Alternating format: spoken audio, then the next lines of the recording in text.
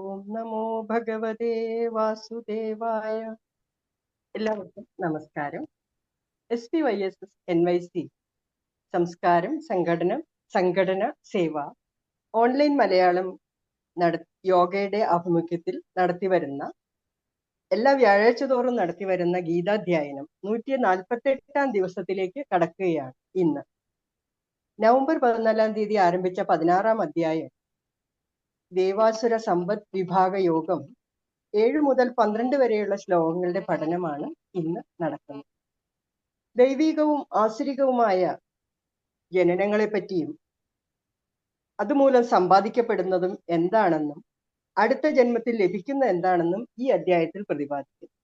എങ്കിലും ആത്മാവിനെ നശിപ്പിക്കുന്ന ക്രിയകൾ വെടിഞ്ഞ് ഭഗവാനെ അഭയം പ്രാപിക്കുന്നവർക്ക് പരമഗതിയെ പ്രാപിക്കാം എന്ന് ഭഗവാൻ ഇതിൽ ഓർമ്മിപ്പിക്കുകയും ചെയ്യുന്നു. ഭക്തിസാന്ദ്രമായ ഈ സായം സന്ധ്യയിൽ എല്ലാ യോഗബന്ധുക്കളെയും ഞാൻ സ്വാഗതം ചെയ്യുന്നു. ഇന്ന് ധ്യാന ശ്ലോകം ചൊല്ലുന്നത് രാജലക്ഷ്മി അക്കയാണ്.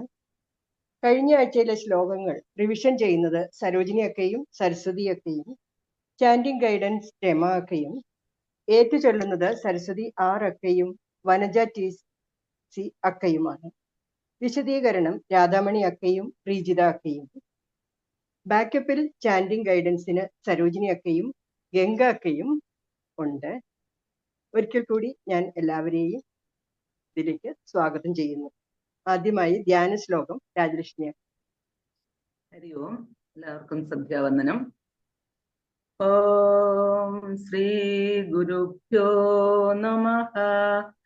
ഓം ശ്രീ ഗണപതയേ നമഃ. ഓം ശ്രീ പരമാത്മനേ നമഃ. ഓം നമോ ഭഗവതേ വാസുദേവായ. ഓം പാർത്ഥായ പ്രതിബോധിതാം ഭഗവതാം നാരായണേന സ്വയം വ്യാസേന ഗ്രഥിതാം പുരാണമുനിന മധ്യേ മഹാഭാരതം അദ്വൈതാമൃതവർഷിണീം ഭഗവതി അഷ്ടാദശാധ്യായിനി അംബ ത്വാമനുസന്തധാമി ഭഗവത് ഗീതേ ഭവദ്വേഷിണീം. നമോസ്തുതേ വ്യാസവിശാലബുദ്ധേ പുല്ലാരവിന്ദായ തപത്രനേത്ര യേന ത്വയാ ഭാരതതൈലപൂർണ പ്രജ്വാലിതോ ജ്ഞാനമയ പ്രദീപ.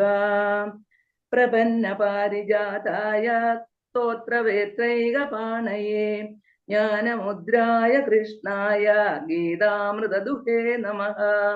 സർവോപനിഷദോ ഗാവോ ദോഗ്ധ ഗോപാലനന്ദന പാർത്ഥോ വത്സ സുധീർഭോക്ത ദുഃഖം ഗീതാമൃതം മഹത്. വസുദേവസുതം ദേവം കംസചാണൂരമർദ്ദനം ദേവകീ പരമാനന്ദം കൃഷ്ണം വന്ദേ ജഗദ്ഗുരും. ഭീഷ്മദ്രോണതടാ ജയദ്രഥജലാ ഗാന്ധാര നീലോപല ശല്യഗ്രാഹവതി കൃപേണ ഹനീ കർണേന വേലാകുല. അശ്വത്ഥാമ വികർണഘോരമകര ദുര്യോധനാവർത്തിനി സോത്തീർണാ ഖലു പാണ്ഡവൈരണനദീ കൈവർത്തകർക്കേശവ. പാരാശയ്യവജസരോജമമലം ഗീതാർത്ഥഗന്ധോത്കടം നാനാഖ്യാനകേസരം ഹരികഥാ സംബോധനാബോധിതം. ലോകേ സജ്ജന ഷട്പദൈരഹരഃ പ്രേപീയമാനം മുദാ ഭൂയാ ഭാരത പങ്കജം കലിമല പ്രധ്വംസിന ശ്രേയസേ.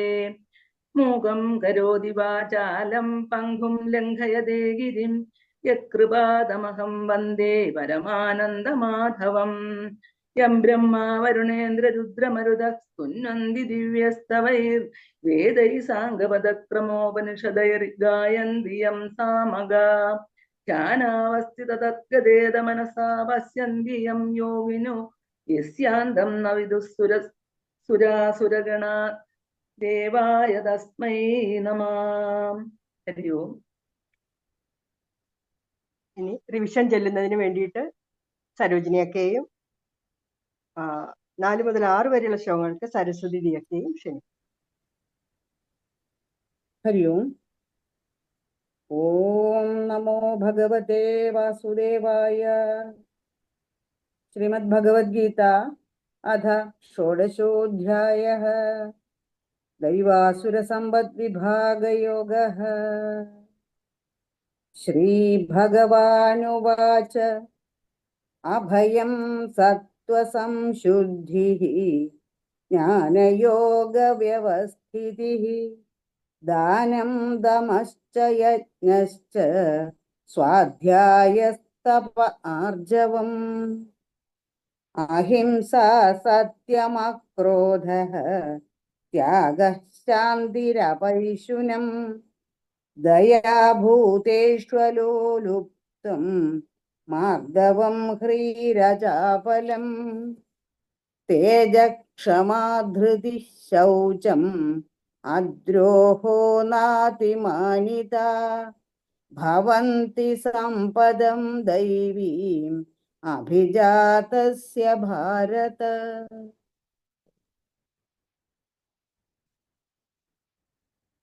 दम्भो दर्पोऽभिमानश्च क्रोधः पारुष्यमेव च अज्ञानं चाभिजातस्य पार्थः सम्पदमासुरीं दैवी सम्पद्विमोक्षाय निबन्धायासुरीमता मा शुचः सम्पदं दैवीम् अभिजातोऽसि पाण्डव द्वौ भूतसर्गौ लोकेऽस्मिन् दैव आसुर एव च दैवो विस्तरश्च प्रोक्तः आसुरं पार्थ मे शृणु. അടുത്തതായി ചാൻഡിങ് ഗൈഡൻസിനായി രമാക്കിയെ ക്ഷണിക്കുന്നു. അതുപോലെ ഏറ്റുചൊല്ലുന്നതിന് 7, 8, 9 ശ്ലോകങ്ങൾ ഏറ്റുചൊല്ലുവാൻ സരസ്വതി ഡിയൊക്കെ ക്ഷണിക്കും. ഹരി ഓം. ശ്രീ ഗുരുഭ്യോ നമഃ. ഓം ശ്രീ പരമാത്മനേ നമഃ. ഭഗവദ്ഗീത അഥ ഷോഡശോऽധ്യായः. ദൈവാസുരസമ്പദ്വിഭാഗയോഗः. ശ്ലോകം 7. പ്രവൃത്തിം ച നിവൃത്തിം ച ജനാന വിദുരാസുരാः. പ്രവൃത്തിം ച നിവൃത്തിം ച ജനാന വിദുരാസുരാः. ന ശൗചം നാഭിചാചാരോ ന സത്യം തേഷു വിദ്യത്തെ. ന ശൗചം നാഭിചാചാരോ ന സത്യം തേഷു വിദ്യത്തെ. പ്രവൃത്തിം ച നിവൃത്തിം ച ജനാന വിദുരാസുരാः. ന ശൗചം നാഭിചാചാരോ ന സത്യം തേഷു വിദ്യത്തെ. പ്രവൃത്തിം ച നിവൃത്തിം ച ജനാന വിദുരാസുരാः.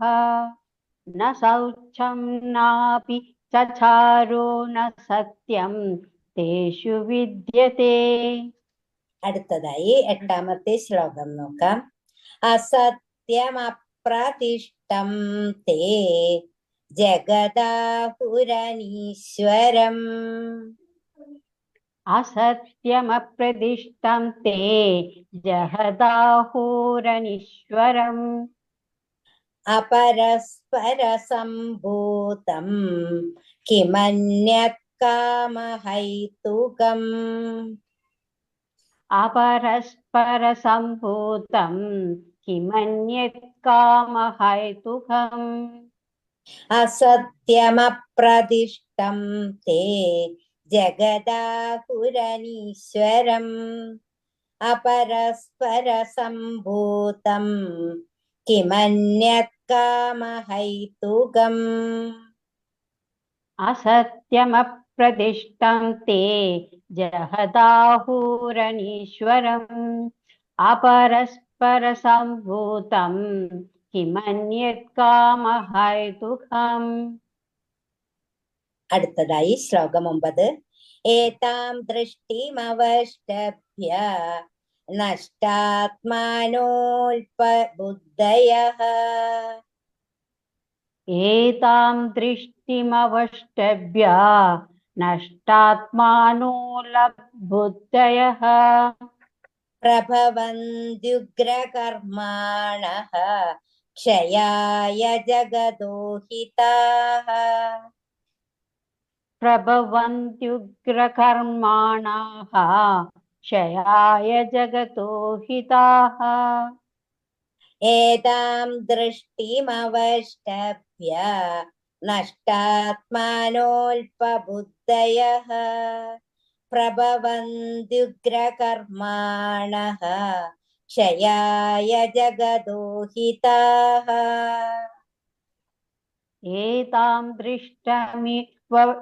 एतां दृष्टिमवष्टभ्य नष्टात्मानोऽलब्धबुद्धयः प्रभवन्त्युग्रकर्माणाः क्षयाय जगतो हिताः നമസ്തേ. അടുത്തതായി നമുക്ക് വ്യാഖ്യാനം ശ്രദ്ധിക്കാം. രാധാമണിയൊക്കെ സ്വാഗതം ചെയ്യുന്നു.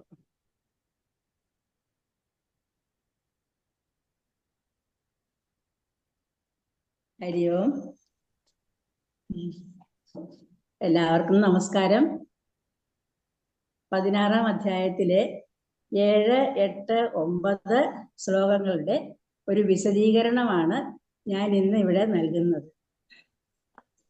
ഈ ശ്ലോകങ്ങളിൽ അസുര സ്വഭാവമുള്ളവരുടെ സ്വഭാവത്തെ പറ്റിയും വീക്ഷണത്തെ പറ്റിയുമാണ് പ്രതിപാദിക്കുന്നത്. 7-ാം ശ്ലോകം വായിക്കാം. പ്രവൃത്തിം ച നിവൃത്തിം ച ജനാന വിദുരാസുര ന ശൗചം നാഭിചാചാരോ ന സത്യം തേഷു വിദ്യതേ. ഒന്നുകൂടെ വായിക്കാം. പ്രവൃത്തിം ച നിവൃത്തിം ച ജനാന വിദുരാസുര ന ശൗചം നാഭിചാചാരോ ന സത്യം തേഷു വിദ്യതേ. വാക്കുകളുടെ അർത്ഥം മനസ്സിലാക്കിയാൽ നമുക്ക് ശ്ലോകത്തിന്റെ അർത്ഥം മനസ്സിലാക്കാൻ കൂടുതൽ എളുപ്പമാകും. അതുകൊണ്ട് നമുക്ക് വാക്കുകളുടെ അർത്ഥത്തിലേക്ക് ഒന്ന് കടക്കാം. പ്രവൃത്തിം ച പ്രവർത്തിക്കേണ്ടതിനെയും നിവൃത്തിം ച ചെയ്യരുതാത്തതിനെയും അസുരാജന അസുരപ്രകൃതികളായ ജനങ്ങൾ ന വിദു അറിയുന്നില്ല തേഷു അവരിൽ ശൗചം ശുദ്ധി ന വിദ്യതേ ഇല്ല ആചാര അഭിന ആചാരവുമില്ല സത്യം ചന സത്യവുമില്ല. അതായത് അസുരപ്രകൃതികളായ ജനങ്ങൾ എന്താണ് ചെയ്യേണ്ടതെന്നോ ചെയ്യരുതാത്തത് എന്തെന്നോ തിരിച്ചറിയുന്നില്ല. അവരിൽ വിശുദ്ധിയോ നല്ല പെരുമാറ്റമോ സത്യസന്ധതയോ ഇല്ല. കുളി, പല്ലുതേപ്പ്, വസ്ത്രം മാറൽ എന്നിവ പതിവായി ചെയ്ത് ശരീരം ശുദ്ധമാക്കി വയ്ക്കുന്നതാണ് ബാഹ്യശുദ്ധി. ആന്തരശുദ്ധി ലഭിക്കണമെങ്കിൽ ഭഗവാന്റെ തിരുനാമങ്ങൾ ഓർമ്മിക്കുകയും ജപിക്കുകയും വേണം. അതിൽ ഏറ്റവും പ്രധാനപ്പെട്ടതാണ് ഹരേ രാമ രാമ രാമ ഹരേ ഹരേ, ഹരേ കൃഷ്ണ കൃഷ്ണ കൃഷ്ണ ഹരേ ഹരേ എന്ന മഹാമന്ത്രം. ഈ അസുരന്മാർ ഈ നാമം ജപിക്കുന്നതിൽ അധികം തൽപരരല്ല. ബാഹ്യ ശുചിത്വത്തെയും ആന്തരിക ശുചിത്വത്തെയും അസുര സ്വഭാവികൾ ഇഷ്ടപ്പെടുകയോ അനുസരിക്കുകയോ ചെയ്യുന്നില്ല. പരിഷ്കൃത ജനസമൂഹങ്ങളിൽ എല്ലാം പണ്ട് മുതൽക്കേ അനുസരിച്ചു പോരുന്ന ചില ധർമ്മശാസ്ത്ര നിബന്ധനകൾ ഉണ്ടാവും. വൈദിക സംസ്കാരം സ്വീകരിച്ചവരും ഏറ്റവും പരിഷ്കൃതരെന്ന് പ്രസിദ്ധിയുള്ളവരുമായ മനുഷ്യരുടെ ഇടയിൽ ആചാരങ്ങൾ അനുസരിക്കാത്ത കൂട്ടരെയാണ് അസുരന്മാരെന്ന് പറയുന്നത്.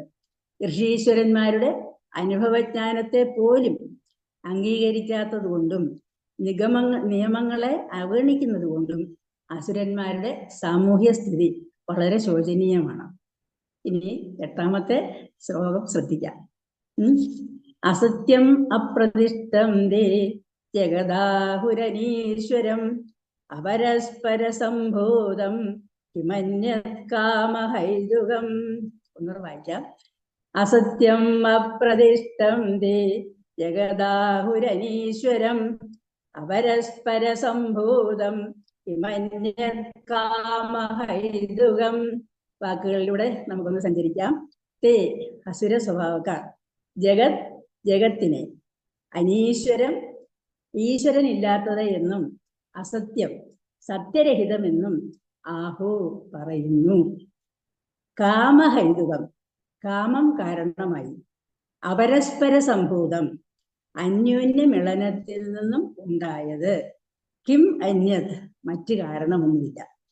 ഈ ലോകത്തിന്റെ ഉൽപ്പത്തിക്ക് കാമം മൂലമുള്ള പരസ്പര മിളനം മാത്രമാണ് കാരണമെന്ന് അസുരന്മാർ വിശ്വസിക്കുന്നു. അതായത് ഈ പ്രപഞ്ചം അസത്യവും അടിസ്ഥാനരഹിതവുമാണ് അസുരന്മാർ കരുതുന്നത്, അല്ലെങ്കിൽ അവർ വിശ്വസിക്കുന്നത് അങ്ങനെയാണ്. പ്രപഞ്ചത്തിന്റെ ഉൽപ്പത്തിക്ക് കാരണം കാമം മാത്രമാണെന്നും പ്രപഞ്ചം ഒരു മായക്കാഴ്ചയാണെന്നും അവർ കരുതുന്നു. പ്രപഞ്ചോൽപ്പത്തിക്ക് കാര്യമോ കാരണമോ ഉദ്ദേശ്യമോ ഇല്ല. ഇനി ഭൗതിക പ്രവർത്തനങ്ങളുടെ പ്രതികരണമായിട്ടാണ് വിശ്വാവിഷ്കാരം ഉണ്ടാകുന്നത്.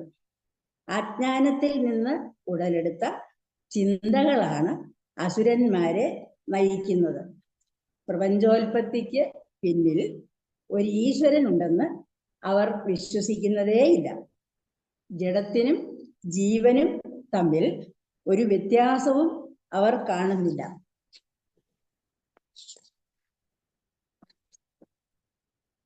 പരമാത്മാവിനെ അവർ അംഗീകരിക്കുന്നുമില്ല. എല്ലാം ജഡപദാർത്ഥം തന്നെ. ജീവിതം ഒരു സ്വപ്നമാണെന്ന് പറയുമെങ്കിലും ആ സ്വപ്നത്തെ ആസ്വദിക്കുന്നതിനുള്ള കഴിവ് അവർക്കുണ്ട്. ജ്ഞാനം സമ്പാദിക്കുന്നതിന് പകരം അവർ സ്വപ്നലോകത്തിൽ കുടുങ്ങിക്കിടക്കുന്നു. ഭൗതിക ലോകമെല്ലാം എന്റെ നിയന്ത്രണത്തിൽ പ്രവർത്തിക്കുന്നു എന്ന ഭഗവാൻ കൃഷ്ണന്റെ വാക്കുകളെ അവർ വിശ്വസിക്കുന്നില്ല. അസുര സ്വഭാവികൾക്ക് പ്രപഞ്ച സൃഷ്ടിയെപ്പറ്റി പൂർണ്ണമായ അറിവ് ഇല്ലെന്ന് തന്നെ പറയാം. ഓരോരുത്തർക്കും തൻ്റെതായ ഒരു സിദ്ധാന്തമാണുള്ളത്. നമുക്കിനി 9ാം ശ്ലോകത്തിലേക്ക് കടക്കാം. ഏതാം ദൃഷ്ടിമവഷ്ടഭ്യ നഷ്ടാത്മാനോൽപബുദ്ധയാ പ്രഭവന്തുഗ്രകർമാണഃ ക്ഷയായ ജഗദോഹിത. ഒരു പ്രാവശ്യം കൂടെ വായിക്കാം. ഏതാം ദൃഷ്ടിമവഷ്ടഭ്യ നഷ്ടാത്മാനോൽപബുദ്ധയാ പ്രഭവന്തുഗ്രകർമാണഃ ക്ഷയായ ജഗദോഹിത. വാക്കുകളിലൂടെ സഞ്ചരിക്കാം. ഏതാം ദൃഷ്ടിം ഈ ദൃഷ്ടിയെ, അവഷ്ടഭ്യ ആശ്രയിച്ചിട്ട്, നഷ്ടാത്മന നഷ്ടാത്മാക്കളും, അല്പബുദ്ധയ അല്പബുദ്ധികളും, ഉഗ്രകർമാണ ഉഗ്രകർമാക്കളും, അതായത് ഹിംസാകർമ്മം ചെയ്യുന്നവരെ, അവരെയാണ് ഉഗ്രകർമാക്കൾ എന്നും ഉദ്ദേശിക്കുന്നത്.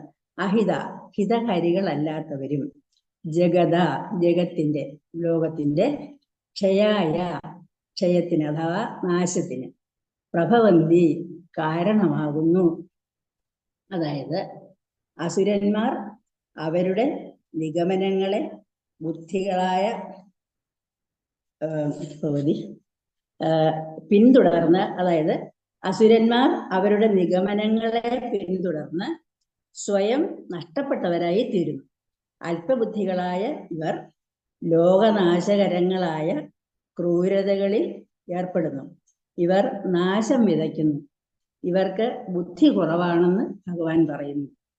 ഈശ്വരൻ എന്തെന്നറിയാത്ത ഭൗതികവാദികൾ തങ്ങൾ പുരോഗമിക്കുകയാണെന്ന് വിശ്വസിക്കുന്നു. അവർ ബുദ്ധിഹീനരും ബോധശൂന്യരുമാണെന്ന് ഭഗവത്ഗീത ഉദ്ബോധിപ്പിക്കുന്നു. അവർ അവരുടെ നിഗമനങ്ങളെ പിന്തുടർന്ന് ലോകനാശകരങ്ങളായ കൊടും ക്രൂരതകളിൽ ഏർപ്പെടുന്നു. അസുര സ്വഭാവികൾ ലോകനാശത്തിലേക്ക് നയിക്കുന്ന ദുഷ്ടപ്രവൃത്തികളിലാണ് ഏർപ്പെട്ടിരിക്കുന്നത്. ഇവർക്ക് ബുദ്ധി കുറവാണെന്ന് ഭഗവാൻ പറയുന്നു. ഈശ്വരൻ എന്തെന്നറിയാത്ത ഈ ഭൗതികവാദികൾ തങ്ങൾ പുരോഗമിക്കുകയാണെന്ന് ചിന്തിക്കുന്നു. ഈ ഭൗതിക ലോകം ആവുന്നത്ര ആസ്വദിക്കാൻ അവർ ശ്രമിക്കുന്നു. അതിനുവേണ്ടി എന്തെങ്കിലും ഉപാധികൾ കണ്ടുപിടിക്കുന്നതിൽ സദാ ഏർപ്പെട്ടിരിക്കുന്നു. അത്തരം ഭൗതികങ്ങളായ കണ്ടുപിടുത്തങ്ങൾ മാനവ സംസ്കാരത്തെ മുന്നോട്ട് നയിക്കുമെന്നാണ് അവർ കരുതുന്നത്. അതിന്റെ ഫലമോ ജനങ്ങൾ അധികമധികം അക്രമാസക്തരും നിഷ്ഠുരന്മാരുമായി തീരുന്നു. മൃഗങ്ങളോടും എന്തിനും മനുഷ്യരോട് പോലും കൂടുതൽ ക്രൂരത കാട്ടുന്നു.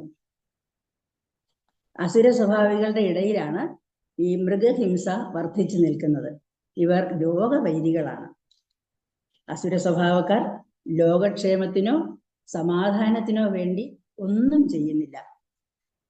പിന്നെ നമുക്കൊരു ചോദ്യം ആലോചിക്കാൻ പറ്റുന്നതാണ്. ഈ സമയത്ത് അണുവായുധം കണ്ടുപിടിക്കപ്പെട്ട് കഴിഞ്ഞിട്ടുണ്ട്.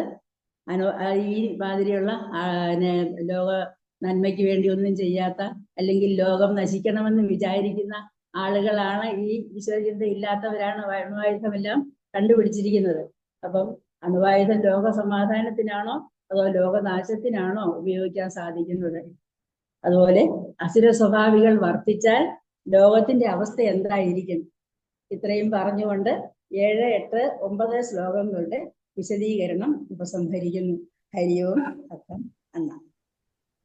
ഹരിയോം. അടുത്തതായി വനജാക്കയെ ചാൻഡിങ്ങിനായി ക്ഷണിക്കുന്നു. ഹരി ഓം. അടുത്തതായി 10, 11, 12 ശ്ലോകങ്ങൾ നമുക്ക് പാരായണം ചെയ്യാം. 10ാമത്തെ ശ്ലോകം. കാമമാശ്രിത്യ ദുഷ്പൂരം ദംഭമാനമദാന്യുതാഃ. കാമമാശ്രിത്യ ദുഷ്പൂരം ദംഭമാനമദാന്വിതാഃ. മോഹാദ് ഗൃഹീത്വാ സദ്ഗ്രാഹാൻ പ്രവർത്തന്തെ ശുചിവ്രതാഃ. മോഹാദ് ഗൃഹീത്വാ സദ്ഗ്രാഹാൻ പ്രവർത്തന്തെ ശുചിവൃത്താഃ. കാമമാശ്രിത്യ ദുഷ്പൂരം ദംഭമാനമദാന്യുതാഃ. മോഹാദ് ഗൃഹീത്വാ സദ്ഗ്രാഹാൻ പ്രവർത്തന്തെ ശുചിവ്രതാഃ. കാമമാശ്രിത്യ ദുഷ്പൂരം ദംഭമാനമദാന്വിതാഃ. മോഹാദ് ഗൃഹീത്വാ സദ്ഗ്രാഹാൻ പ്രവർത്തന്തെ ശുചിവൃതാഃ. അടുത്തതായി ശ്ലോകം 11. ചിന്താം അപരിമേയാം ച പ്രളയാന്താമുപാശ്രിതാഃ. ചിന്താമപരിമേയാഞ്ച പ്രളയാന്തമുപാശ്രിതാഃ. കാമോപഭോഗപരമാ ഏതാവദിതി നിശ്ചിതാഃ. കാമോപഭോഗപരമാ ഏതാവദിതി നിശ്ചിതാഃ. ചിന്താമപരിമേയാം ച പ്രളയാന്താമുപാശ്രിതാഃ. കാമോപഭോഗപരമാ ഏതാവദിതി നിശ്ചിതാഃ. ചിന്താമപരിമേയാഞ്ച പ്രളയാന്തമുപാശ്രിതാഃ. കാമോപഭോഗപരമാ ഏതാവദിതി നിശ്ചിതാഃ.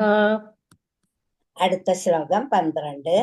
ആശാപാശശതൈർബദ്ധാഃ കാമക്രോധപരായണാഃ. ആശാപാശശതൈർബദ്ധാ കാമക്രോധപരായണാഃ. ഈഹന്തെ കാമഭോഗാർത്ഥം അന്യായേനാർത്ഥസഞ്ജയാൻ.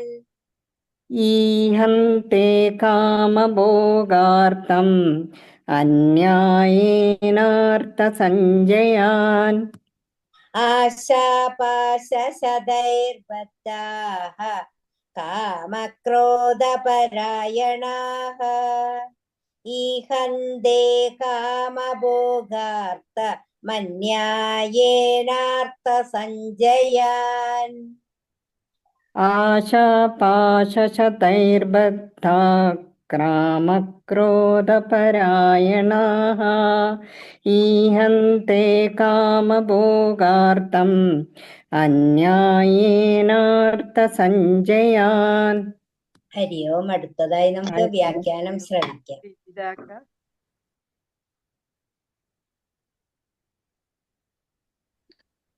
ഹരി ഓം. ഭഗവാൻ ഇവിടെ അസുര സ്വഭാവത്തെ കുറിച്ച് വർണ്ണിക്കുകയാണ്.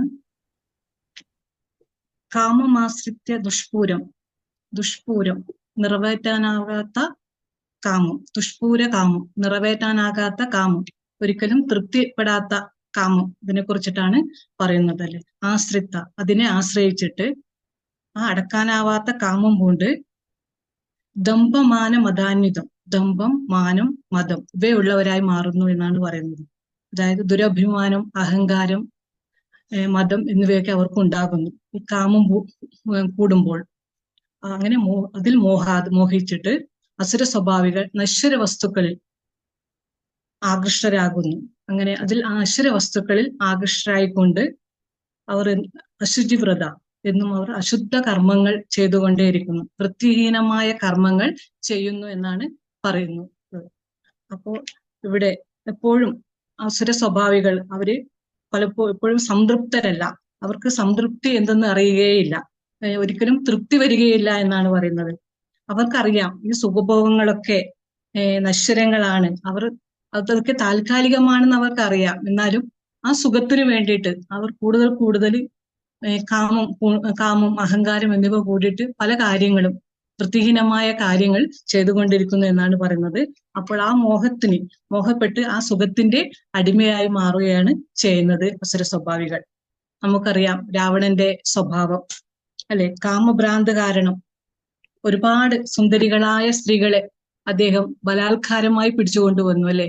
അതിൽ അന്യപുരുഷന്മാരുടെ ഭാര്യമാരുണ്ട്, കന്യകമാരുണ്ട്, കുട്ടികളുണ്ട്. അങ്ങനെ ഒരുപാട് സ്ത്രീകളെ അദ്ദേഹം പിടിച്ചുകൊണ്ടുവന്ന് തന്റെ അന്തഃപുരത്തില് കൊണ്ടുവരികയാണ് ചെയ്തത് അല്ലെ. അവസാനം സീതയെ കൊണ്ടുവന്നപ്പോ അല്ലെ എല്ലാവരും അദ്ദേഹത്തെ ഉപദേശിച്ചു അല്ലെ. സീതയോട്, മറ്റുള്ളവരോട് കളിക്കുന്ന പോലെ സീതയോട് കളിക്കാൻ കഴിയുകയില്ല, സീത ലക്ഷ്മി ദേവിയാണ് അല്ലെ, രാമന്റെ ഭാര്യയാണ് എന്നൊക്കെ പറഞ്ഞപ്പോ രാമൻ പറഞ്ഞു, രാമൻ ആരാണ്? ഒരു സാധാരണ മനുഷ്യൻ, രാമന് എന്നെ ഒന്നും ചെയ്യാൻ തന്നെ കഴിയുകയില്ല. അപ്പോൾ രാമൻ എന്ന് പറഞ്ഞത് അല്ലെ, രാമനെ അദ്ദേഹം ഇങ്ങനെ പുച്ഛിക്കുകയാണ് ചെയ്തത് അല്ലെ. അപ്പോൾ വിവരമുള്ളവർ പറഞ്ഞു കൊടുത്തു അല്ലെ, രാമൻ മാനുഷ്യനെന്ന് കൽപ്പിക്കും അജ്ഞാനികൾ, മാനുഷ്യനല്ല രാമൻ. പിന്നെ രാമൻ ആരാണ്? ശ്രീരാമൻ ആരാണ് അല്ലെ? ശ്രീരാമൻ പരമാത്മാ, പരമാനന്ദമൂർത്തി, അദ്വയൻ, അവ്യയൻ, നിർഗുണൻ ഒക്കെയാണ് രാമൻ. അതുകൊണ്ട് രാമന്റെ ശക്തി എനിക്ക് മനസ്സിലാകാത്തത് കൊണ്ടാണ് ഇങ്ങനെയൊക്കെ ചെയ്യുന്നതെന്ന് പറഞ്ഞിട്ടും രാവണന് അത് മനസ്സിലായില്ല. അദ്ദേഹത്തിന് ആ അജ്ഞാനം അല്ലെ, ആ കാമം പൂണ്ടപ്പോൾ അദ്ദേഹം അജ്ഞാനിയായി മാറി അദ്ദേഹം. അങ്ങനെ അദ്ദേഹത്തിന്റെ അന്ത്യത്തിലേക്ക് വഴിയൊരുക്കുകയാണ് ചെയ്തത്. അതുപോലെ തന്നെ ഹിരണ്യകശിപു അല്ലെ, ഹിരണ്യകശിപു തന്റെ മകനായ പ്രഹ്ലാദനെ ഒരുപാട് ദ്രോഹിക്കുകയാണ് ചെയ്തത് അല്ലെ. കൊല്ലാൻ വരെ ശ്രമിച്ചു അദ്ദേഹം. പ്രഹ്ലാദൻ ജനിച്ചപ്പോൾ കൂടുതൽ സന്തോഷവാനായിരുന്നു അല്ലെ. നല്ലൊരു മകനെ കിട്ടിയപ്പോൾ അദ്ദേഹം എല്ലാം മറന്നു. പക്ഷെ ആ മകനെ നാരായണിൽ നിന്ന് അദ്ദേഹം അല്ലെ, ഭഗവാനിൽ നിന്ന് അദ്ദേഹം എത്തി അല്ലെ. അദ്ദേഹം പുതിയ ഭരണ പരിഷ്കാരങ്ങളൊക്കെ ഉണ്ടാക്കി. എല്ലാം അസുരന്മാർക്കാണ് അധികാരങ്ങൾ അല്ലെ, അസുരന്മാരുടെ ശക്തിയാണ് ഈ ലോകത്തിന്റെ എല്ലാം നിലനിൽപ്പിന് കാരണമെന്ന് അദ്ദേഹം പറഞ്ഞു വരുത്തി. അതുപോലെ തന്നെ സ്കൂളൊക്കെ സ്ഥാപിച്ചു അല്ലെ. അതൊക്കെ സ്കൂളിലൊക്കെ അദ്ദേഹത്തിന്റെ ഒരു വിദ്യാഭ്യാസ പരിഷ്കാരങ്ങളൊക്കെ അദ്ദേഹം നടത്തി. അവിടെയൊക്കെ പഠിപ്പിക്കേണ്ടത് അസുരന്മാരുടെ ഭരണ പരിഷ്കാരങ്ങളും അതുപോലെ തന്നെ അവരാണ് ഈ ലോകത്തെ നയിക്കുന്നതെന്നൊക്കെ കുട്ടികളെ പറഞ്ഞു പഠിപ്പിക്കണമെന്ന് അദ്ദേഹം പറഞ്ഞു. പ്രഹ്ലാദനെയും അവിടെ ചേർത്തു അല്ലെ. അങ്ങനെ അവിടെ പ്രഹ്ലാദൻ ഇങ്ങനെ പഠിച്ചുകൊണ്ടിരിക്കുമ്പോ ഒരു ദിവസം രാത്രി മകനെ വിളിച്ചിട്ട് ഹിരണ്യകശിപു ചോദിക്കുകയാണ്, എന്താണ് മകൻ എന്ന് പഠിച്ചതല്ലേ? പണ്ടൊക്കെ അച്ഛൻ അങ്ങനെ ഒരു ചോദ്യങ്ങൾ ചോദിക്കാറുണ്ടല്ലോ കുട്ടികളോട്. നിങ്ങൾ പഠിച്ച കാര്യങ്ങളൊക്കെ ഒന്ന് രാത്രിയാകുമ്പോ ഒന്ന് ചോദിക്കും, എന്താണ് പഠിച്ചതെന്ന് പറയൂ. കാലക്രമേണ അച്ഛനും സമയമില്ലാതായി, കുട്ടികൾക്കും തീരെ സമയമില്ലാതായി. അങ്ങനെയുള്ള ശീലങ്ങൾ ഇന്ന് മാറിക്കൊണ്ടിരിക്കുകയാണ്. അപ്പോൾ ഇവിടെ ഹിരണ്യകശിപു പ്രഹ്ലാദനോട് ചോദിക്കുകയാണ്, ഇന്ന് എന്താണ് പഠിപ്പിച്ചത്, ക്ലാസ്സിൽ എന്താണ് പഠിപ്പിച്ചതെന്ന് ചോദിച്ചപ്പോൾ മകനെ മടിയിലേറ്റ് ചോദിക്കുമ്പോൾ മകനിൽ നിന്ന് കേൾക്കാൻ പോകുന്നത് അല്ലെ തന്നെ കുറിച്ചുള്ള കാര്യങ്ങളായിരിക്കും എന്നാണ് അദ്ദേഹം വിചാരിച്ചത്. അല്ലെ, മകൻ ഇപ്പോൾ പറയും, ഈ ലോകത്തിന്റെ നാഥൻ അച്ഛനാണ്, ഈ ഭൂമി കറങ്ങുന്നത് അച്ഛനുള്ളത് കൊണ്ടാണ്, അച്ഛനില്ലെങ്കിൽ ഒന്നും തന്നെ ഇല്ല, ഈ ലോകത്തിന് നിലനിൽപ്പില്ല, സർവ്വഭൂതങ്ങളിലും കുടികൊള്ളുന്നത് എന്റെ അച്ഛനാണ് എന്ന് പറയുന്നത് കേൾക്കാൻ ഭാവിച്ച ഹിരണ്യകശിപുവിന് കേൾക്കുന്ന നേരെ വിപരീതമായ വാക്കുകളാണല്ലേ. മകൻ പറയുകയാണ്, ഈ നാരായണനാണ് ലോകത്തിന്റെ നാഥൻ, അല്ലെ, ഈ ലോകത്തിന്റെ ചക്രം കറക്കുന്നത് നാരായണനാണ്, സർവ്വഭൂത മഹേശ്വരനാണ് നാരായണൻ എന്ന് പറഞ്ഞപ്പോൾ പ്രഹ്ലാദന് ദേഷ്യമേ, കുട്ടി പറയുന്നതൊക്കെ ഔട്ട് ഓഫ് സിലബസ് ആണല്ലോ, എന്താ ഈ കുട്ടി പറയുന്നത്? ടീച്ചറെ വിളിച്ചു, മാഷ് വിളിച്ചു, ഹെഡ് മാസ്റ്റർ വിളിച്ചു, എല്ലാരും വിളിച്ചു. എല്ലാരും പറഞ്ഞു, നമ്മളിതൊന്നും അല്ല പഠിപ്പിച്ചു കൊടുത്തത്, നമ്മള് ഹിരണ്യകശിപു അങ്ങനെയാണ് ഇങ്ങനെയാണ് ഒക്കെ അല്ലാതെ പറഞ്ഞു കൊടുത്ത്, ഈ കുട്ടി എന്താ ഇങ്ങനെ പറയുന്നത് അറിയില്ല നമ്മൾക്ക് എന്ന് പറയുന്നു. മറ്റുള്ള കുട്ടികളെ വിളിച്ചപ്പോൾ അവരൊക്കെ അങ്ങനെയാണ് പറയുന്നത് അല്ലെ, ഹിരണ്യകശിപുവിനെ കുറിച്ചിട്ടാണ് പറയുന്നത്. ദേഷ്യം വന്നു അല്ലെ. അപ്പോൾ പ്രഹ്ലാദന് ഇത്രയായിട്ടും അല്ലെ, തന്നെ എത്ര ദ്രോഹിച്ചിട്ടും അദ്ദേഹം മാറിയില്ല, ആ നാരായണനെ ആ മനസ്സിലേക്ക് തിരിച്ചു. പക്ഷെ ഹിരണ്യകശിപുവിന് അത് മനസ്സിലായില്ല. അദ്ദേഹത്തിന്റെ അദ്യത്തിന്, ആ സ്വഭാവം അദ്ദേഹത്തിന്റെ അദ്യത്തിന് കാരണമാകുകയാണ് ചെയ്തത്. അപ്പോൾ അസുര സ്വഭാവമുള്ളവരുടെ രീതി ഇങ്ങനെ ആയതുകൊണ്ടാണ് അതിന് വൃത്തിഹീനം, അശുദ്ധി എന്നൊക്കെ പറയുന്നത് അല്ലെ. എല്ലാം അവർ പിടിച്ചെടുക്കും, എല്ലാ അധികാരങ്ങളും സ്വത്തും സുഖഭോഗങ്ങളും ഒക്കെ അവർ പിടിച്ചെടുത്തിട്ട് അവസാനം അവർ നരകത്തിലേക്ക് ഇങ്ങനെ വഴുതി വീഴുകയാണ് ചെയ്യുന്നത് അല്ലെ. അവസാനം ഈ ലോകത്തിന്റെ നാശം, അതുപോലെ അവരുടെ സ്വന്തം നാശത്തിന് അത് വഴിയൊരുക്കുകയാണ് ചെയ്യുന്നത്. ഇനി 11ാമത്തെ ശ്ലോകം. ചിന്താമ പരിമേയ. അളവില്ലാത്ത ചിന്തകൾ കൂടിക്കൂടി വരികയാണ് ഈ അസുര സ്വഭാവികൾക്ക്. അതുപോലെ വലിയ വലിയ പദ്ധതികൾ, അപ്പൊ ചിന്തകൾ കൂടുമ്പോൾ വലിയ വലിയ പദ്ധതികളൊക്കെ നടപ്പിലാക്കാൻ വേണ്ടിയിട്ട് ഒരുങ്ങും അല്ലെ, തീരുമാനിക്കും. പ്രളയാന്ത, ആ മരണം വരെ അത് നീളുന്നുകൊണ്ടേ പോകുകയും മരണം വരെ ഇതിനൊരു പൂർണ്ണമാവുകയില്ല. ആ വിശ്വാസം പുലർത്തുക തന്നെ ചെയ്യുമെന്നാണ് പറയുന്നത്. നമുക്കറിയാം ദുര്യോധനന്റെ കഥ അല്ലെ. ദുര്യോധനൻ പാണ്ഡവന്മാരെ അധികാരത്തിനും സുഖത്തിനും വേണ്ടിയിട്ട് പാണ്ഡവന്മാരെ ഒരുപാട് ദ്രോഹിച്ചു അല്ലെ. തന്റെ എത്ര ഉണ്ടായിട്ടും അദ്ദേഹത്തിന് തൃപ്തനായിരുന്നില്ല. ഇനിയും സുഖങ്ങൾ വേണം, അധികാരങ്ങൾ വേണം, ആ മോഹങ്ങൾ കൂടിക്കൂടി വരുന്നു അല്ലെ. അതുകൊണ്ട് അവര് ദ്രോഹിച്ചുകൊണ്ടേയിരുന്നു പാണ്ഡവന്മാരെ. അവസാനം കർണനെ അദ്ദേഹം അല്ലെ, എല്ലാ സുഖഭോഗങ്ങളും രാജകീയ സുഖങ്ങളും അല്ലെ അംഗരാജ്യവും നൽകി കർണനെ അദ്ദേഹം ആദരിച്ചു, ബഹുമാനിച്ചു. എന്തിനാണ് അദ്ദേഹം കർണന് എല്ലാ അംഗരാജ്യം നൽകിയത്? കർണനോടുള്ള സ്നേഹം കൊണ്ടൊന്നുമല്ല അല്ലെ. പക്ഷെ കർണന് അങ്ങോട്ട് ആത്മാർത്ഥമായ സ്നേഹം ഉണ്ടായിരുന്നു എന്റെ സുഹൃത്തിനോട് അല്ലെ. ദുര്യോധനൻ കർണന് തന്റെ ആത്മാർത്ഥ സുഹൃത്താക്കി മാറ്റിയത് കർണന് പാണ്ഡവരോട് അടങ്ങാത്ത പകയുണ്ടെന്ന്, പ്രത്യേകിച്ച് അർജുനനോട് പ്രത്യേകിച്ച് പകയുണ്ടെന്ന് മനസ്സിലാക്കിയത് കൊണ്ടാണ്. ആ പക മുതലെടുക്കുകയാണ് ദുര്യോധനൻ ചെയ്തത്. അത് കർണനോട് യാതൊരു സ്നേഹവും ദുര്യോധനൻ ഉണ്ടായിരുന്നില്ല. അങ്ങനെ സ്നേഹം ഉണ്ടായിരുന്നതിന് അക്കാലത്ത് ഒരുപാട് സൂതപുത്രന്മാര് ആ രാജ്യത്തുണ്ടായിരുന്നു. അവരെയൊക്കെ കർണൻ കൂട്ടിക്കൊണ്ട് വരേണ്ടതാണ്. പക്ഷെ അവരിൽ നിന്നൊക്കെ അദ്ദേഹത്തിന് ഒന്നും കിട്ടൂല, ഒരു കാര്യവുമില്ല എന്ന് കരുത്താണ് അവരൊക്കെ ഒഴിവാക്കിയിട്ട് കർണനെ അദ്ദേഹം തന്റെ കൂടെ കൂട്ടിയത്. പക്ഷെ അദ്ദേഹത്തിന്റെ അധികാരമോഹവും സുഖഭോഗങ്ങളുടെ ആ ആസക്തിയും അദ്ദേഹത്തെ വിനാശത്തിലേക്ക് എത്തിച്ചു എന്നാണ് പറയുന്നത്. അപ്പോൾ സുഖത്തിന് വേണ്ടി എന്തും ചെയ്യുന്നവരാണ് അസുര സ്വഭാവികൾ. അടുത്തത് 12ാമത്തെ ശ്ലോകമാണ്. ആശാപാശ ശതൈർബന്ധം അല്ലെ. ആശകളായ നിരവധി പാശങ്ങളാൽ അല്ലെ ബന്ധന്മാരായിരിക്കുന്നു അല്ലെ. ബന്ധന്മാരായിട്ട്, ആശകൾ കൊണ്ട് ബന്ധിതന്മാരായിട്ട് കാമക്രോധന്മാരാകുന്നു ഈ അസുര സ്വഭാവികൾ. അവർ കാമഭോഗാർത്ഥം, കാമഭോഗത്തിന് വേണ്ടി, കാമസുഖത്തിന് വേണ്ടിയിട്ട് അന്യായന, ന്യായം കൂടാതെ, അർത്ഥ സന്നാപൻ, ധനം സമ്പാദിക്കുവാൻ ഇഹന്തെ, ആഗ്രഹിക്കുന്നു. അവർ അന്യായമായ രീതിയിലാണ് പണം സമ്പാദിക്കുന്നത്, ന്യായമായ രീതിയിലല്ല അല്ലെ. പണത്തിന് വേണ്ടിയിട്ട് അവർ എന്തും ചെയ്യും എന്നാണ് പറയുന്നത്. അപ്പൊ അസുര സ്വഭാവം ഈശ്വരനിലോ തന്നിൽ ഉള്ള തന്റെ പരമാത്മാവിനിലോ അവർക്കൊരു വിശ്വാസവുമില്ല അല്ലെ. എല്ലാം അവരുടെ കഴിവാണ് അല്ലെ എന്നാണ് അവർ ആഗ്രഹിക്കുന്നത്. ഈശ്വരനിൽ യാതൊരു വിശ്വാസവും അവർ അർപ്പിക്കുന്നില്ല. അപ്പോൾ ഇന്ദ്രിയ സുഖത്തിന് വേണ്ടിയിട്ട് എല്ലാ പാപകർമ്മങ്ങളും അവർ ചെയ്തുകൊണ്ടേയിരിക്കുന്നു. നമ്മുടെ ആഗ്രഹങ്ങൾ മാറി മാറി വരുന്നുണ്ട് അല്ലെ. നമ്മുടെ ആഗ്രഹങ്ങളും മോഹങ്ങളും ഒക്കെ നമുക്ക് വേണ്ടത് തന്നെയാണ്. പക്ഷെ ആ ആഗ്രഹത്തിന് അല്ലെ, എത്ര ആഗ്രഹങ്ങൾ ഉണ്ടെങ്കിലും നമ്മുടെ ഒരു മനസ്സിനെ ആധ്യാത്മികമായ ഒരു ലക്ഷ്യത്തിലെത്താൻ നമ്മൾ ശ്രമിക്കണം അല്ലെ. പണ്ട് ബ്രഹ്മാവ് മനുഷ്യന്മാരെ സൃഷ്ടിച്ചപ്പോൾ അല്ലെ, മനുഷ്യന് കൊടുത്ത ആയുസ് 20 വയസ്സായിരുന്നു. 20 വയസ്സ് കൊടുത്തപ്പോൾ മനുഷ്യന്മാർക്ക് ആകെ വിഷമമായി അല്ലെ. അവർ ബ്രഹ്മാവിന്റെ അടുത്ത് പോയിട്ട് പറഞ്ഞു, 20 വയസ്സ് എന്താ ബ്രഹ്മാവേത്, 20 വയസ്സ് വരെ ഡിഗ്രി ഒക്കെ കഴിയുമ്പോൾ തന്നെ 20 വയസ്സാവുമല്ലോ. പിന്നെ കല്യാണം, കുട്ടികൾ, ഇതൊക്കെ എപ്പോഴാണ് നടത്തേണ്ടത്? അതുകൊണ്ട് നമ്മുടെ ആയുസ് അല്ലെ കുറച്ച് കൂട്ടിത്തരണമെന്ന് ബ്രഹ്മാവിനോട് പറഞ്ഞു. അപ്പൊ ബ്രഹ്മാവ് പറഞ്ഞു, ഇല്ല, ഇനി സ്റ്റോക്കൊന്നും ഇല്ല, എല്ലാവർക്കും കൊടുത്തിട്ടായി. അതുകൊണ്ട് നിങ്ങൾ മറ്റുള്ളവരോട്, ജീവജാലങ്ങളോട് അല്ലെ കുറച്ച് കടം ചോദിക്കും. അവരുടെ ആയുസ്, അവർക്ക് അത്രതൊന്നും വേണ്ടി വരില്ല അല്ലെ. അതുകൊണ്ട് പല മൃഗങ്ങളിൽ നിന്നും പക്ഷികളിൽ നിന്നും ഒക്കെ ആയുസ് കടം വാങ്ങിയിട്ട് ആണ് മനുഷ്യന് ഇപ്പോൾ 90-100 വരെ ആയുസ് കിട്ടിയതെന്നാണ് പറയുന്നത്. അപ്പോൾ ആ ആഗ്രഹങ്ങൾ കൊണ്ടാണ് അങ്ങനെയൊക്കെ മനുഷ്യനെ സഹായിച്ചതല്ലേ. ആഗ്രഹങ്ങളും മോഹങ്ങളും ഒക്കെ നമുക്ക് ആവശ്യം തന്നെയാണ്. പക്ഷെ അത് നല്ല രീതിയിൽ നമ്മൾ അതിനെ സമ്പാദിക്കാൻ നോക്കണമെന്നാണ് ഇവിടെ പറയുന്നത് അല്ലെ. നമ്മളെ മനസ്സിനെ ഉയർത്തിക്കൊണ്ട് അല്ലെ. നമ്മളെ മനസ്സിനെ ഉയർത്തണമെങ്കിൽ നമ്മൾ പലതും കണ്ടു പഠിക്കേണ്ടതായിട്ടുണ്ട് അല്ലെ. നമ്മുടെ അച്ഛനമ്മമാരിൽ നിന്ന്, കുടുംബങ്ങളിൽ നിന്ന്, ചുറ്റുപാടുകളിൽ നിന്ന്, അതുപോലെ തന്നെ സമൂഹത്തിൽ നിന്നും, ഈ പ്രകൃതിയിൽ നിന്നൊക്കെ നമുക്ക് ഒരുപാട് പഠിക്കേണ്ടതായിട്ടുണ്ട് അല്ലെ. നമ്മുടെ ഹൃദയത്തിൽ ഒരു സാക്ഷി കുടികൊള്ളുന്നു എന്നാണ് പറയുന്നത് അല്ലെ. ജീവാത്മാവായ നമ്മുടെ ശരീരത്തിൽ ഒരു സാക്ഷി. അപ്പോൾ അത് പരമാത്മാവാകുന്ന സാക്ഷിയാണ്. അത് ജീവാത്മാവിനെ ഇങ്ങനെ ഒരുപാട് നിരീക്ഷിച്ചുകൊണ്ടേയിരിക്കുകയാണ് ആ പരമാത്മാവാകുന്ന സാക്ഷി. ഉപനിഷത്തിൽ ഒരു കഥയുണ്ട്, 2 പക്ഷികൾ അല്ലെ. 2 പക്ഷികൾ ഒരു വൃക്ഷത്തില്, ഒരു വലിയ വൃക്ഷം, അതിൽ 2 പക്ഷികൾ ഇങ്ങനെ ഇരിക്കുന്നുണ്ട്. ഒന്ന് മുകളിലും ഒന്ന് താഴെയുമാണ്. അപ്പൊ താഴെ ഇരിക്കുന്ന പക്ഷി കരയുന്നു, ചിരിക്കുന്നു. അത് അങ്ങോട്ടും ഇങ്ങോട്ടും ശാഖകൾ തോറും സഞ്ചരിക്കുന്നു. കായ്ക്കളും പഴങ്ങളും ഒക്കെ, കയ്പും മധുരമുള്ള കായ്ക്കളും പഴങ്ങളും ഒക്കെ അത് ഭക്ഷിക്കുന്നു അല്ലെ. അത് അധികം അടങ്ങിയിരിക്കുന്നതില്ല, പക്ഷെ അങ്ങോട്ടും ഇങ്ങോട്ടും ഒക്കെ സഞ്ചരിച്ചുകൊണ്ടേയിരിക്കുന്നു. പക്ഷെ മേലിരിക്കുന്ന പക്ഷി അത് ഏകനായിട്ട് അതവിടെ അടങ്ങിയിരിക്കുകയാണ്, സ്വസ്ഥനായിട്ട് അത് അടങ്ങിയിരിക്കുകയാണ്. അപ്പൊ താഴെ ഇരിക്കുന്ന പക്ഷിക്ക് മേലെ ഇരിക്കുന്ന പക്ഷിയെ കാണുന്നില്ല അല്ലെ. അപ്പൊ മേലെ ഇരിക്കുന്ന പക്ഷിക്ക് താഴെ ഇരിക്കുന്ന പക്ഷിയെ ശരിക്കും കാണാം. അതിന്റെ ചലനങ്ങൾ അത് നിരീക്ഷിച്ചു കൊണ്ടേയിരിക്കുന്നു. ഒരിക്കൽ എപ്പോഴോ എന്തോ ഒരു സുഹൃതം കൊണ്ട് താഴെ ഇരിക്കുന്ന പക്ഷി മുകളിലോട്ട് നോക്കാൻ ഇടയായി. അപ്പോൾ അവിടെ തന്നെ പോലെ ഒരു പക്ഷിയെ കാണുന്നു. അപ്പോൾ അത് ഞാൻ ഒറ്റക്കല്ല എന്ന് കരുതി ആ പക്ഷിയുടെ അടുത്തേക്ക് പോകുകയാണ് അല്ലെ. നീണ്ട് പറന്ന് ആ പക്ഷിയുടെ അടുത്തേക്ക് പോകുന്നതാണ്. അപ്പോൾ അതിന് സന്തോഷമാകുന്നു അല്ലെ, വേറൊരു പക്ഷിയെ കിട്ടിയപ്പോൾ.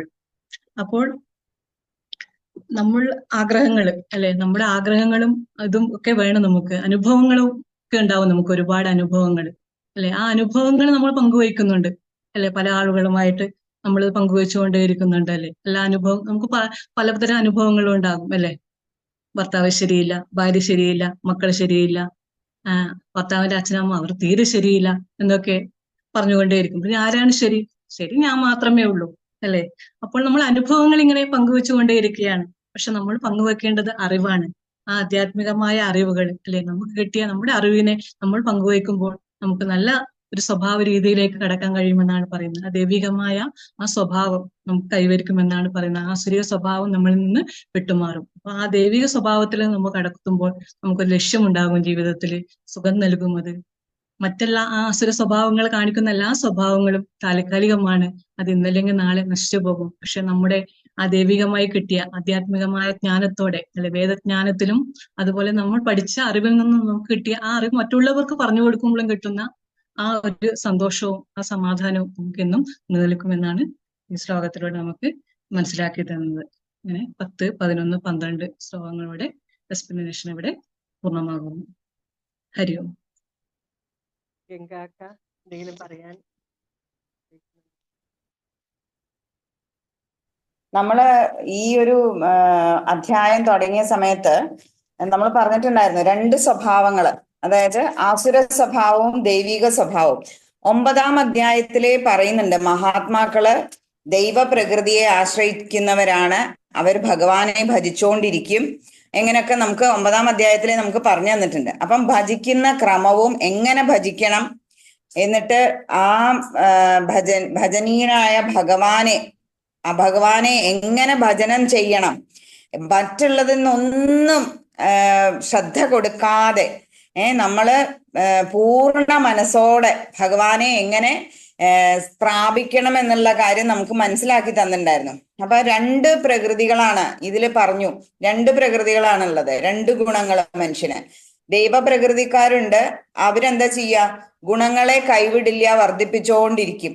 ഇപ്പൊ നമ്മൾ തന്നെ, നമുക്ക് വേണമെന്നുണ്ടെങ്കിൽ ഇപ്പൊ ടിവിയുടെ മുന്നിൽ സീരിയലിന്റെ മുന്നിലൊക്കെ ഇരുന്നൂടെ. അപ്പൊ നമുക്ക് കുറച്ച് ദൈവിക പ്രകൃതം ഉള്ളതുകൊണ്ടാണ് ഇങ്ങനെ ഒരു സത്സംഗത്തിന് വരാം, ഇതുകൊണ്ട് നമുക്ക് എന്തെങ്കിലും നേട്ടം ഉണ്ടാവും, നമുക്ക് ഭഗവാനിലേക്ക് കുറച്ചും കൂടി അടുക്കാം എന്നൊക്കെ ഉള്ള ഒരു തോന്നൽ വരണോണ്ടല്ലേ നമ്മൾ ഇങ്ങനെ ഈ ഒരു ഇതിനു വേണ്ടി ഇവിടെ കൂടുന്നത്. അപ്പൊ ദൈവീക പ്രകൃതാണത്. പക്ഷെ കുറെ ആൾക്കാർക്കും എന്താ ഉള്ളത്, രാക്ഷസ പ്രകൃതം, അസുര പ്രകൃതം. അപ്പൊ ആ ദോഷങ്ങളൊക്കെ ശരിക്കും പരിഹരിക്കപ്പെടേണ്ടതുണ്ട്. ലോകത്തിന്റെ ഏതൊക്കെ ഭാഗത്ത് ഇപ്പൊ യുദ്ധം നടക്കുന്നുണ്ട് അല്ലെ, ഓരോരോ കാര്യം പറഞ്ഞ നമ്മളുടെ ഇന്ത്യയിൽ തന്നെ കണ്ടില്ലേ, ഈസ്റ്റില് യുദ്ധങ്ങളും കൊലകളും അതും ഇതുമായിട്ട് ഭയങ്കര, അതൊക്കെ ആസുര സ്വഭാവമാണ്. മനുഷ്യന് അവന്റെ ശരിയായ ധർമ്മം മറക്കുമ്പോഴാണ് ഇങ്ങനെയുള്ള പ്രശ്നങ്ങളൊക്കെ ഭൂമിയിൽ ഉണ്ടാവുന്നത്. അപ്പൊ ഈ ഒരു പ്രശ്നങ്ങളൊക്കെ ഇല്ലാണ്ട് ആക്കാൻ നമ്മൾ എന്ത് ചെയ്യണം, ദൈവികമായ സമ്പത്ത് വർദ്ധിപ്പിച്ചുകൊണ്ടിരിക്കണം. ദൈവിക സമ്പത്ത് വർദ്ധിപ്പിക്കുന്നതിന്റെ ഒരു വഴിയാണ് ഈ സത്സംഗം. ഇതില് എന്താ പറയാ, ഭഗവാൻ വേറൊരു കാര്യം ഒറ്റ മിനിറ്റ്,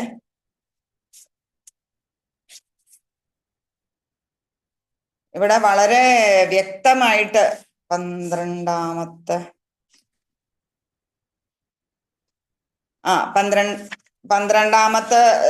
ഇതില്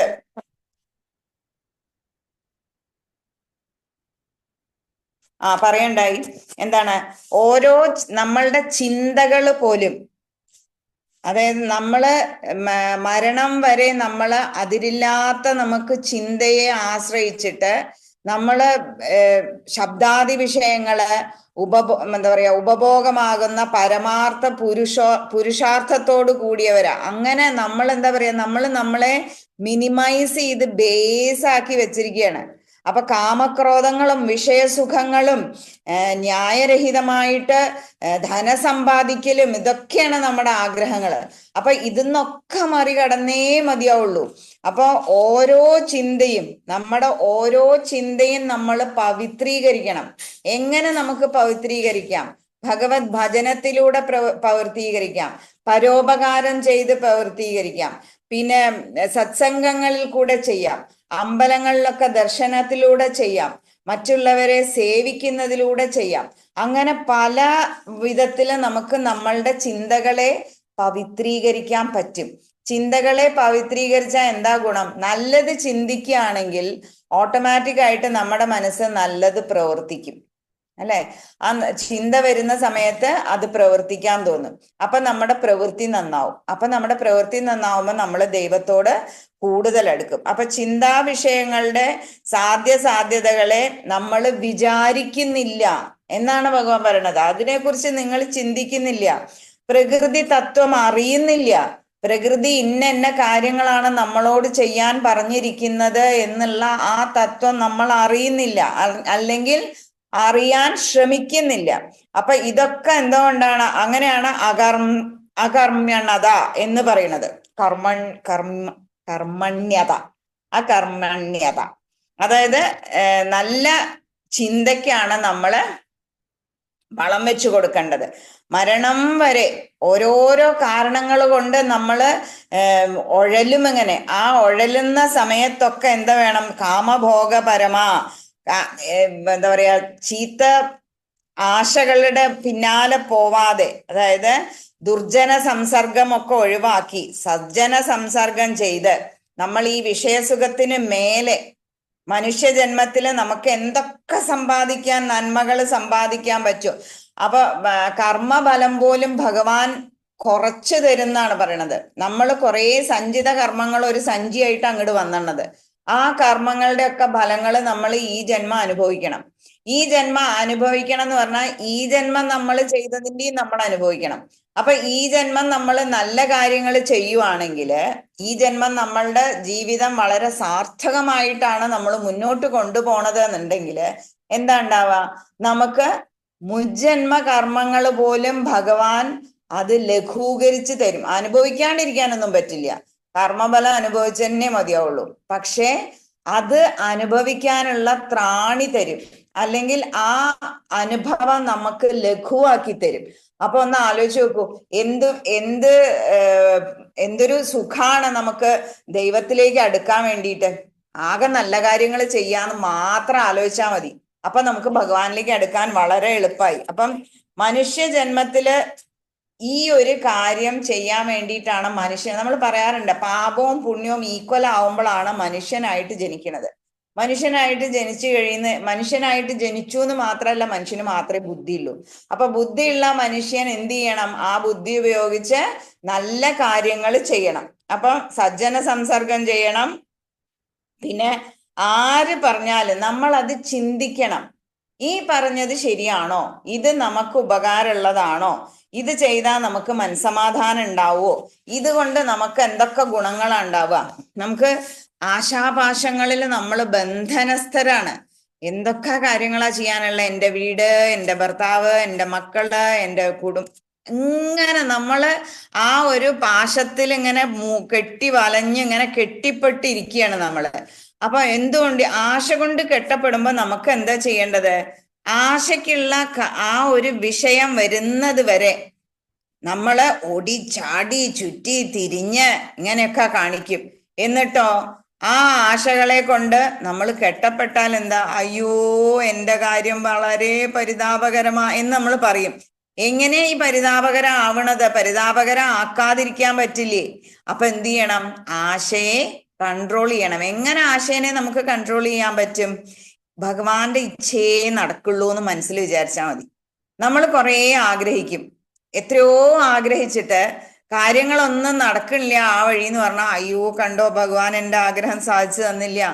ഭഗവാൻ എങ്ങനത്തെ ആഗ്രഹങ്ങളാ സാധിച്ചു തരാ? നമുക്ക് ഏറ്റവും ഉചിതമായ ആഗ്രഹങ്ങളാണ് ഭഗവാൻ സാധിച്ചു തരാ. അതായത് നമുക്ക് എന്താണോ നമുക്ക് ആവശ്യം അതേ ഭഗവാൻ തരൂ. എന്താ വെച്ചാൽ നമ്മളൊക്കെ വളരെ സ്വാർത്ഥകമായ ജീവിതം നയിക്കുന്ന ആളാണ്. സാത്വികമായ ജീവിതം നയിക്കുന്നവർക്ക് എന്താ ഭഗവാൻ വെച്ചിട്ടുള്ളത്? എപ്പോഴും നന്മയെ വെച്ചിട്ടുള്ളൂ. അപ്പൊ ആ നന്മ ചിലപ്പോ കുറച്ച് ലേറ്റ് ആവും. അപ്പൊ നമുക്ക് എന്ത് വേണം? ക്ഷമ വേണം. ക്ഷമയോടെ നമ്മൾ കാത്തിരിക്കണം. ഭഗവാൻ നമ്മളെ കൈവിടില്ല, ഒരിക്കലും കൈവിടിയാൻ പറ്റില്ല. എന്താ വെച്ചാൽ നമ്മള് ആസുരിക ഭാവത്തു നിന്നൊക്കെ ജയിച്ച് മുന്നോട്ട് നടക്കുന്ന ആൾക്കാരാണ്. അപ്പൊ നമുക്ക് ഒരിക്കലും മോശമായ ഒരു പ്രവൃത്തിയോ ഒരു കാര്യങ്ങളോ ഒന്നും ചെയ്യാൻ പറ്റില്ല. നമ്മൾ വിഷയഭോഗങ്ങള് അവിടെ ഭൂമിയിൽ ജീവിച്ച നമുക്ക് ചെയ്യേണ്ടതായ കർമ്മങ്ങൾ നമ്മൾ ചെയ്യുന്നുണ്ടെങ്കിലും മറുഭാഗത്ത് നമ്മൾ എന്താ ചെയ്യണത്? നമ്മള് നല്ല കാര്യങ്ങൾ ചെയ്ത് നമ്മളെ സ്വത്താണ് എന്ത്? ഈ നല്ല കാര്യങ്ങൾ. അപ്പൊ ഈ സ്വത്ത് നമ്മൾ വർദ്ധിപ്പിക്കുന്നുണ്ട്. അപ്പൊ ഈ വർദ്ധിപ്പിക്കുന്തോറും ഭഗവാൻ നമ്മളെ അനുഗ്രഹിച്ചുകൊണ്ടിരിക്കും. അപ്പൊ നമ്മളുടെ ആശ നടന്നില്ല എന്നൊന്നും വിചാരിച്ച് നമ്മൾ ഒരിക്കലും ഖേദിക്കേണ്ട ആവശ്യമില്ല. അതിന്റെ സമയത്ത് ഭഗവാൻ അത് തരും, തീർച്ചയായിട്ടും തന്നിരിക്കും. അപ്പം ഭഗവാൻ ഇവിടെ പറയാണ്, എന്തായാലും നമ്മള് കവർച്ച ചെയ്തും തട്ടിപ്പറിച്ചും അങ്ങനെ ഒക്കെ നമ്മൾ ഓരോ സംഗതികൾ കൈക്കലാക്കുകയാണ്. വേറൊരാളുടെ വിത്തം എന്ന് പറഞ്ഞാൽ സ്വത്ത്, പരവിത്തം അപഹരിക്കുകയാണ്. ഇങ്ങനെയുള്ള സംസ്കാരത്തോട് കൂടിയ പൗരന്മാർക്ക് ഒരു മുകളിലേക്ക് ഒരു ഗതി ഉണ്ടാവാനും സാധ്യമില്ല. അപ്പൊ എന്ത് ചെയ്യണം? അത് ചെലവഴിക്കാതെ വർദ്ധിപ്പിച്ച് കൂമ്പാരമാക്കാൻ മാത്രമേ അവര് ശ്രദ്ധിക്കുന്നുള്ളൂ. അതായത് ബാക്കി സ്വത്ത് കൂട്ടുക, കുറെ സമ്പത്ത് ഉണ്ടാക്കുക, അതിൻ്റെ മുകളിൽ ഇരിക്കുക, ആ സുഖങ്ങളൊക്കെ അനുഭവിക്കുക. അതുകൊണ്ട് അവരും അവരുടെ ആൾക്കാരും നേട്ടം ഉണ്ടാക്കുക. അതുവഴി എന്തൊക്കെ ബാക്കിയുള്ളവർക്ക് എന്തെങ്കിലും പ്രശ്നം ഉണ്ടാവുമോ, അത് ഉപകാരപ്രദമായ എന്തിനെങ്കിലും ചെലവഴിക്കാൻ പറ്റുമോ, ഇതൊന്നും ശ്രദ്ധിക്കാതിരിക്കുക. ഈ അടുത്തത് പറഞ്ഞപ്പോ ഒന്ന് പറഞ്ഞേ മതിയാവുള്ളൂ. ഒരു ചെറിയ കഥ, ഒരു കള്ളന്റെ കഥ അയച്ചിട്ടുണ്ടാവോ എന്നറിയില്ല നിങ്ങളെ. ഞാൻ വാട്സാപ്പിൽ വന്നൊരു കഥയാണ്. അതായത് ഒരു കള്ളൻ ഉണ്ടായിരുന്നു അത്രേ. കള്ളൻ അപ്പം ഒരു പ്രവാസി, അയാള് എന്താ പറയാ വെക്കേഷന് പോവാണ്. അപ്പം ഭയങ്കര പേടിയായി. ആകെ ഇത്തിരി സാധനങ്ങളേ ഉള്ളൂ. ഇതിപ്പോ ഇവിടെ വെച്ച് ഞാൻ പോയി കഴിഞ്ഞാൽ കള്ളൻ കട്ട് കൊണ്ടുപോവോ എന്ന് വിചാരിച്ചിട്ട് അപ്പൊ എന്ത് ചെയ്തു? 1000 ഉറുപ്പ്യ വെച്ചിട്ട് ഒരു കത്തെഴുതി, പ്രിയപ്പെട്ട കള്ള, നീ ഒരു കാര്യം ചെയ്യ, നീ എൻ്റെ വീട്ടിൽ നിന്ന് ഒന്നും കക്കരുത്, എനിക്ക് ആകെ ഇച്ചിരി സമ്പത്തേ ഉള്ളൂ, നീ അങ്ങേപ്പുറത്ത് പോ, 7th ഫ്ലോറിൽ ഒരു കോൺട്രാക്ടർ ഉണ്ട്, കള്ളപ്പണം ഇഷ്ടംപോലെ ഉണ്ടാക്കിയിട്ടുണ്ട്, പിന്നെ വേറൊരു ഹവാല ബിസിനസ്സുകാരുണ്ട് 5th ഫ്ലോറിൽ, അവന്റെ അടുത്ത് പോ. അങ്ങനെ ഇയാൾക്ക് കുറേ ഇതുകൾ കൊടുക്കും. നീ അവിടെ പോയി ഇവിടെ പോ, മറ്റേ അടുത്ത് പോന്ന് പറഞ്ഞിട്ട്. എന്നിട്ട് ഈ എന്നോട് ദയവുണ്ടായിട്ട് ക്ഷമിക്കണം എന്നൊക്കെ പറഞ്ഞിട്ട് അയാൾ പോവും. അപ്പൊ തിരിച്ചു വരുന്ന സമയത്തുണ്ടത്രേ ഒരു ലെറ്ററും 1,00,000 രൂപ ഇയാളുടെ ടേബിളിന്റെ മുകളില്. അപ്പൊ കള്ളൻ എഴുതി വെച്ചിരിക്കുകയാണ്, നിങ്ങൾ പറഞ്ഞ പ്രകാരം ഞാൻ ആ വീടുകളിലൊക്കെ പോയി നല്ല വിളവായിരുന്നു, നല്ലോണം കിട്ടി എനിക്ക്. അപ്പൊ അതുകൊണ്ട് അതിനുള്ള പാരിതോഷികം 1,00,000 രൂപ നിങ്ങൾക്ക് തിരിച്ചു തരുന്നു എന്ന്. അപ്പൊ ഞാൻ അത് വായിച്ചപ്പോ ഞാൻ എന്റെ മനസ്സിൽ, പിന്നെ അതിന്റെ കൺക്ലൂഷൻ വേറെ ഉണ്ട് കേട്ടോ, അത് ഞാൻ പറയുന്നില്ല. ഇത് ഞാൻ ഇവിടെ പറയാൻ കാര്യം എന്താ വെച്ചാല്, ആ കള്ളന്റെ മനസ്സിൽ പോലും ഒരു നന്മ ഉണ്ടായിരുന്നു. അതായത് നമുക്കൊരാൾ ഒരു സാധനം ചെയ്തു തരികയാണെങ്കിൽ പ്രത്യുപകാരം തിരിച്ചങ്ങോട്ട് കൊടുക്കണം എന്നുള്ള ആ ഒരു മനസ്സ് ആ കള്ളന്റെ ഇതിലുണ്ടായിരുന്നു അല്ലെ. അപ്പൊ അയാൾക്ക് അങ്ങനെ ചെയ്യാൻ തോന്നിയില്ലേ? പക്ഷെ പലപ്പോഴും പല ആൾക്കാരും പൈസ സമ്പാദിച്ചു കൂട്ടിയിട്ട് എന്താ ചെയ്യാ, വെറും വിഷയസുഖങ്ങൾക്കും അവരുടേതായ കാര്യങ്ങൾക്കും ഒരു സേവനവും ചെയ്യാതെ അതിനെ ഉപയോഗിക്കുന്നത് നമ്മൾ കാണാറുണ്ട് അല്ലെ. വെറും ധൂർത്തടിച്ചിട്ട് ഭക്ഷണം വാങ്ങും, അത് പിച്ചി ചീന്തി കുറെ കളയും, അങ്ങനെ ഇങ്ങനെയൊക്കെ ചെയ്യും. പക്ഷെ അതൊന്നും ഇല്ലാതെ എത്രയും സഹായത്തോടെ, എനിക്കറിയാം, എൻ്റെ ഒരു റിലേറ്റീവ് ഉണ്ട്, ഭയങ്കര പൈസയാ, ഭയങ്കര പൈസക്കാരി എന്ന് പറഞ്ഞാൽ ഭയങ്കര പൈസക്കാരിയാ. എത്രയാ സേവനം ചെയ്യാന്നറിയോ, എത്രയാ കൊടുക്കുക. പക്ഷെ വേറൊരു ഇതെന്താ വെച്ചാൽ അവര് കൊടുക്കണത് ആരും അറിയില്ല, പക്ഷെ ഒരുപാട് സഹായിക്കും. അപ്പൊ നമുക്ക് എന്താ വെച്ചാ അവരുടെ ഫാമിലിയൊക്കെ ഇങ്ങനെ ഭയങ്കര ഐശ്വര്യമായിട്ട് വരും. അപ്പൊ ഞാൻ ഒരിക്കലും ശരിയാണ്, എന്നാ നാമജപല്യ, നാമജപല്യ എന്ന് പറഞ്ഞാൽ ഇരുന്ന് നാമം ജപിക്കണ ആളൊന്നല്ല. എന്ന് വെച്ചാൽ ഭയങ്കര ഇതാണ്, ഒരു വിളക്ക് കൊളുത്തുന്നൊക്കെ അല്ലാണ്ട് അങ്ങനത്തെ ഒന്നുമില്ല. പക്ഷെ സ്റ്റിൽ അവര് ഭയങ്കര നന്നായിട്ട് അവർക്കൊരു നല്ല ഗതിയിൽ പോവാൻ പറ്റുന്നുണ്ട്. എന്തുകൊണ്ടാണ്? അവരുടെ ആ നന്മ കാരണം. അപ്പൊ നമ്മൾ സമ്പാദിച്ചു വെക്കുന്നത് വേറൊരുത്തിന് ഉപകാരപ്പെടുന്ന സമയത്തും ഭഗവാന്റെ അനുഗ്രഹം ഉണ്ടാവും. സേവനത്തിൽ കൂടിയും ഭഗവാന്റെ അടുത്തേക്ക് എത്താന്നുള്ളതിന് ഒരു ഉദാഹരണമാണ് ആ ചേച്ചി. ഒരുപാട് നന്ദിയോടെ എന്നെ സഹായിച്ചിട്ടുണ്ട്, ഒരുപാട് ഓർക്കുകയാണ്.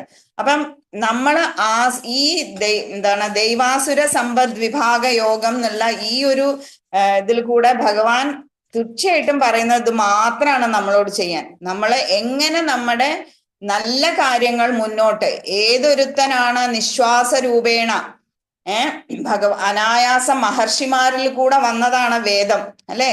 ആ വേദം ഉപദേശിക്കുന്ന രീതിയിൽ ജീവിതം മുന്നോട്ട് കൊണ്ടുപോകുന്നത് അയാൾക്ക് എന്ത് തന്നെ ആയാലും സദ്ഗതി ഉണ്ടാവുന്ന ഭഗവാൻ ഈ എന്താ പറയാ ലെസൺ എന്താ പറയാ അവസാനിപ്പിക്കുന്ന സമയത്ത് പറഞ്ഞു കൊടുക്കുന്നുണ്ട്. അത് തന്നെയാണ് ഇതിനകത്ത് ദൈവികമായ ക്വാളിറ്റീസും ആസുരികമായ ക്വാളിറ്റീസും. അസുരനാണെന്നുണ്ടെങ്കിൽ എന്താണ് സംഭവിക്കാൻ പോണത്? ദൈവികമായ ക്വാളിറ്റീസ് മുറുകെ പിടിച്ചു കൊണ്ടുപോയാൽ നമ്മളെ മാതിരി, അതായത് സത്സംഗികളായിട്ടുള്ള നമ്മളെ മാതിരി കുറച്ച് ആൾക്കാർക്ക് ഈശ്വരന്റെ അടുത്തേക്ക് എല്ലാം വിട്ട് നമ്മൾ ഇവിടെ വന്നിരുന്നില്ലേ ഈ ഒരു ഇത് കേൾക്കാൻ വേണ്ടിയിട്ട്.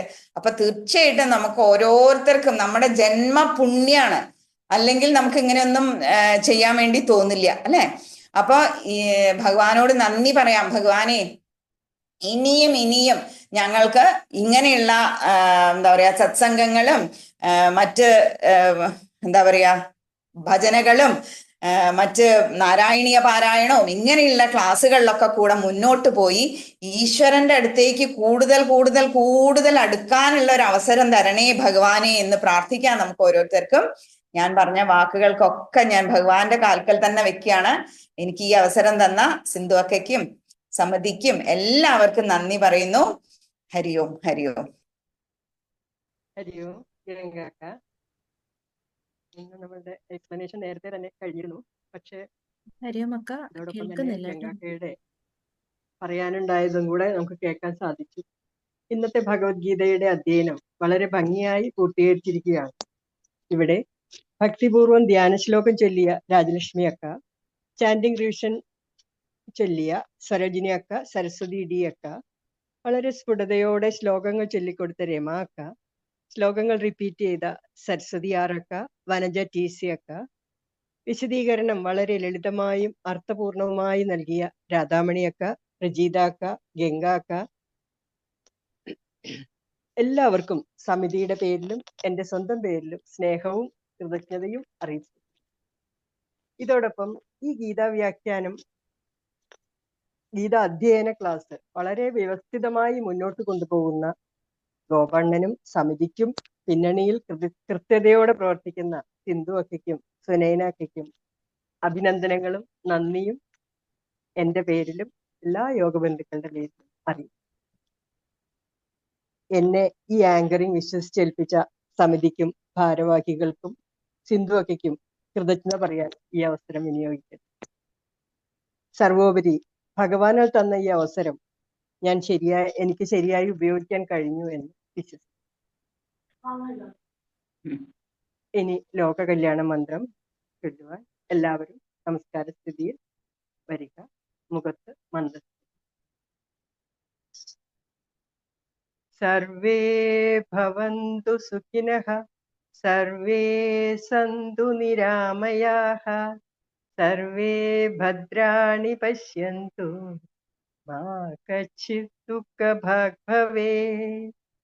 ഓം ശാന്തി ശാന്തി ശാന്തി.